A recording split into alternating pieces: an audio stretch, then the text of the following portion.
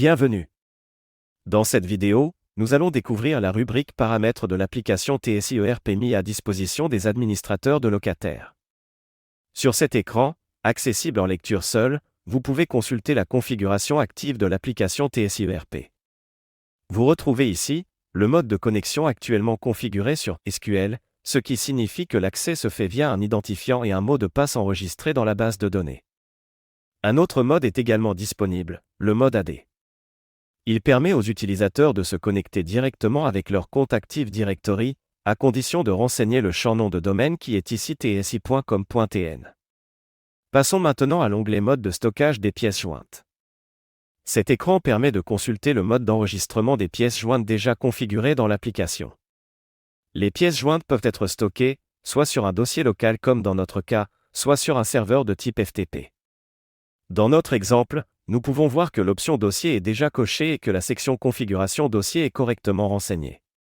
Dans le cas d'un stockage FTP, la section configuration FTP doit être correctement remplie avec l'adresse du serveur FTP, le nom d'utilisateur, ainsi que le mot de passe de connexion.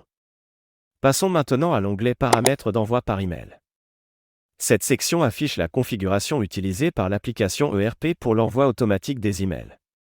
En tant qu'administrateur de tenant, vous pouvez consulter l'adresse email de l'expéditeur, l'hôte SMTP utilisé, ainsi que le port de communication, ici configuré sur le port 25 dans notre exemple.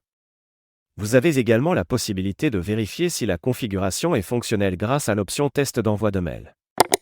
Pour effectuer ce test, il suffit de renseigner l'adresse email du destinataire, joindre une pièce jointe si nécessaire, puis cliquer sur le bouton Envoyer un email de test. Nous voyons que l'email de test a été envoyé avec succès. Terminons cette rubrique avec les paramètres de connexion.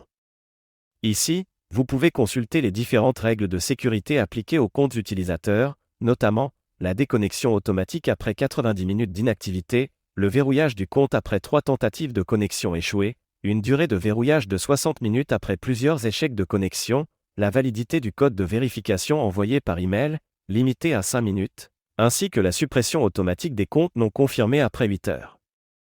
Le bouton Supprimer les utilisateurs non confirmés permet également d'effectuer un nettoyage manuel des comptes dont l'adresse email n'a jamais été validée. Merci pour votre attention et à très bientôt.